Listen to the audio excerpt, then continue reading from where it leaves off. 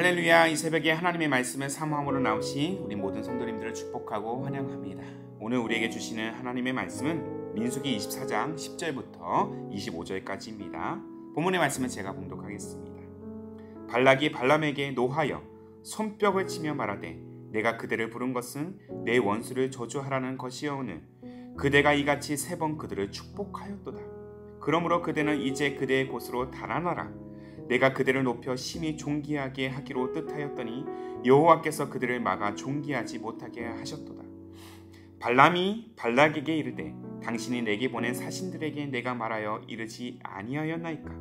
가령 발락이 그 집에 가득한 은금을 내게 줄지라도 나는 여호와의 말씀을 어기고 선악간에 내 마음대로 행하지 못하고 여호와께서 말씀하신 대로 말하리라 하지 아니하였나이까. 이제 나는 내 백성에게로 돌아가거니와 들으소서.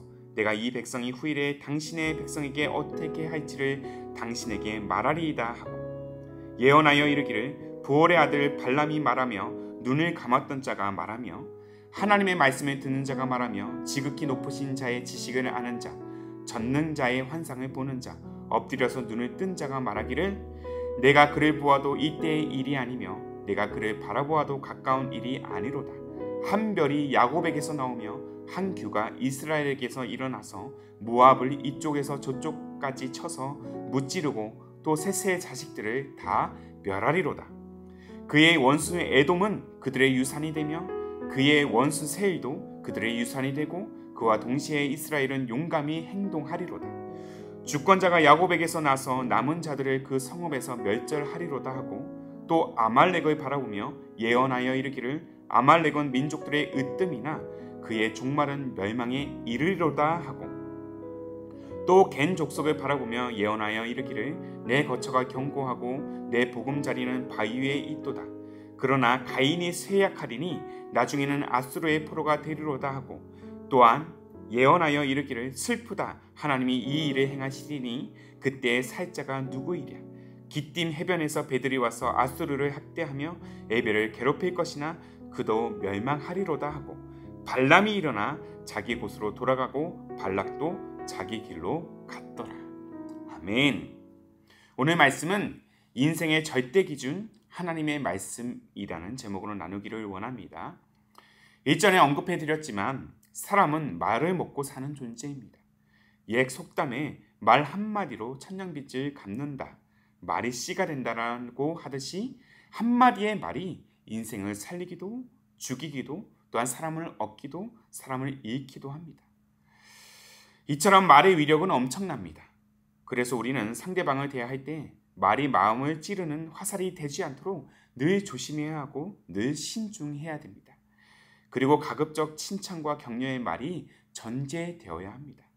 칭찬은 고래도 춤추게 한다는 원리를 기억하면서 말이죠. 자, 이러한 말의 위력을 모압 왕 발락 또한 매우 잘 알고 있었던 모양입니다. 무력으로 이스라엘을 몰아내기가 어렵겠다는 판단하에 그는 메소포타미아에서 활동했던 예언자 발람을 꼬드겨서 이스라엘을 저주하는 말을 하게 합니다. 고대 근동 사회에서는 현대 기술처럼 미래를 관측하고 대비하는 시스템이 전혀 없었기 때문에 예언자의 말 한마디가 무엇보다 중요했습니다. 하나님께서도 예언자들을 통해서 이스라엘 민족의 향방을 전하셨기 때문에 예언자의 말이 곧 이스라엘의 미래라고 할 정도로 신빙성을 가졌습니다. 그래서 발락은 예언자 발람을 통한 저주의 말이 아주 절실하게 필요했어요. 자신이 가진 은과 금을 다 내주고서라도 발람이 이스라엘 저주하는 예언을 간절히 원했고 또한 기다렸습니다. 처음엔 발람 또한 발락의 재물 공세에 못 이겨서 작정하고 저주의 말을 퍼부으려고 했습니다. 그런데 하나님이 그의 입을 막았습니다. 하나님께서 그의 입술에 저주의 말 대신 축복의 말로 채워주셨어요. 이러한 하나님의 주도하심에 발람은 발락의 거듭되는 저주 예언의 그 요구에 반하여서 이스라엘을 거듭해서 축복하게 됩니다. 무려 3번씩이나 말이죠. 참다 못한 발락은 발람에게 화를 내게 됩니다. 그리고 본색을 드러내게 되죠.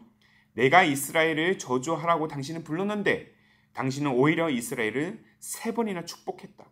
이제 당신은 필요 없으니 얼른 도망이나 가라고. 그리고 당신이 나의 요구를 들어주지 않았으니까 복채는 받을 생각도 하지 말라고 엄포를 놓게 됩니다. 이에 발람은 기가 막힌 답변으로 발락에게 반격을 가하게 되죠. 본문 13절입니다. 가령 발락이 그 집에 가득한 은금을 내게 줄지라도 나는 여호와의 말씀을 어기고 선악간에 내 마음대로 행하지 못하고 여호와께서 말씀하신 대로 말하리라 하지 아니하였나이까. 당신이 임금을 내게 준다고 했을 때 그럼에도 나는 하나님의 말씀을 어길 수 없다고, 하나님께 말씀하신 그대로 말할 것이라고 분명히 얘기하지 않았느냐고. 누가 보더라도 모든 귀책 사연은 발락에게 있다는 사실을 그는 분명히 했습니다. 그리고 발람은 여기에 그치지 않습니다. 지난 세복의 축복 예언을 그렇게 하나로 모아서 다시 이스라엘을 향한 네 번째 예언을 발락에게 전합니다. 자, 네 번째 예언이 무엇입니까? 이스라엘이 적국을 삼킬 것이라는 예언을 확장하고 구체화시킨 내용입니다. 주변 나라를 무너뜨린 강성해진 이스라엘을 지금 묘사하고 있다는 것이죠. 그 주변 나라에 모압도 포함되어 있습니다. 비록 먼 미래이기는 하나 모압 왕 발락에게는 충분히 위협이 될 만한 것들이었어요. 본문 17절의 말씀입니다. 내가 그를 보아도 이때의 일이 아니며 내가 그를 바라보아도 가까운 일이 아니로다. 한 별이 야곱에게서 나오며 한 규가 이스라엘에게서 일어나서 모압을 이쪽에서 저쪽까지 쳐서 무찌르고 또 셋의 자식들을 다 멸하리로다. 모압뿐이 아니죠. 그 다음은 에돔, 그 다음은 아말렉, 그 다음 겐을 향해서도 이스라엘에 의해서 멸망당할 것임을 그는 예언하고 있습니다. 그리고 이 예언은 훗날 실제로 이루어졌어요. 다윗의 왕조를 통해서 성취되었고요. 다윗의 후손 예수 그리스도께서 죽음의 권세를 이기시고 다시 살아나심으로 온 땅의 왕으로 등극하는 장면까지 그렇게 역사가 이어집니다. 이 모든 과정이 어디에서 지금 시작되었습니까? 하나님의 말씀으로부터 시작되었습니다. 구약의 모든 예언이 어느 한 자라도 땅에 떨어지지 않고 모두 이루어졌다는 사실에 우리는 주목해야 될 것입니다. 사랑하는 성도 여러분, 이를 통해 우리는 하나님의 말씀이 우리의 삶의 기준이 되어야 함을 고백해야 될 것입니다. 모압 왕 발락은 하나님의 말씀이 아닌 자신이 기준이 되었어요. 돈으로 사람을 매수하여 이스라엘을 향한 하나님의 축복을 저주로 바꾸려고 했습니다. 예언자 발람 또한 발락의 은밀한 제안에 동조하려고 했지만 하나님은 발람의 입술을 주도하셔서 도리어 축복의 말을 선언하게 하셨습니다. 세상이 아무리 우리 믿음을 시험하고 조롱과 비난을 일삼으려 해도 우리를 향한 하나님의 계획은 결코 꺾이지 않을 것입니다. 우리를 구원하시겠다는 하나님의 약속 또한 결코 변하지 않을 것입니다. 이 사실을 발람 또한 지난 3번의 예언을 통해서 분명히 알게 되었어요. 발락의 3번의 신탁에도 불구하고 발람은 자신의 의지와 선택과 상관없이 그의 입술을 통하여 이스라엘을 축복하는 하나님의 그 어미하신 역사를 경험했다는 것입니다. 그 어떤 말도 하나님의 말씀을 능히 뛰어넘지 못한다는 사실을 그는 깨달았습니다. 그래서 발람 또한 예언을 거듭할수록 돈과 권력에 구애받지 않게 되었습니다. 오히려 망설임 없이 우물쭈물하지 않고 담대하고도 아주 명확하게 하나님의 말씀을 지금 대언합니다. 하나님의 말씀이 인생의 기준이 된 것입니다. 사랑하는 성도 여러분, 너무도 쉽게 변하는 말, 종이장 뒤집듯 바꾸는 사람의 말, 그 사람의 말에도 우리는 큰 영향을 받고 또한 상처를 입게 됩니다. 그런데 하물며 하나님의 말씀은 어떠하겠습니까? 하나님의 말씀은 사람의 어떤 말보다 강력하다는 사실을 우리는 잊어서는 안 됩니다. 그러나 우리는 때때로 하나님의 말씀보다 사람의 말에 더 귀를 기울이고 마음을 쏟을 때가 있습니다. 그러나 앞서 제가 언급한 바와 같이 사람의 말은 언제든지 바뀌기 마련이고 영원하지 않습니다. 얼마든지 바뀌어집니다. 그러나 하나님의 말씀은 영원합니다. 하나님의 말씀은 세상의 어떠한 방해에도 변하지 않습니다. 그러므로 사람의 말이 아니라 하나님의 말씀 안에서 우리는 인생의 소망을 찾아야 될 것입니다. 그렇게 사람의 말이 아닌 하나님의 말씀이 인생의 절대의 기준이 되는 삶, 하나님의 말씀이 중심이 되는 삶을 우리가 살아갈 때 우리의 인생은 세상의 시험과 유혹에도 결코 흔들리지 않는 견고한 믿음의 성이 될 것입니다. 세상이 우리를 참소하지 못하도록 말씀이 우리를 보호하기 때문입니다. 이 사실을 온전히 신뢰하며 오늘도 그렇게 말씀 안에 거하는 삶, 말씀으로 세상을 이기는 삶, 말씀을 담대히 전하는 우리 기쁨이 되는 교회 모든 성도님들의 삶이 되기를 주님의 이름으로 축복합니다. 말씀이 기준이 되십시오.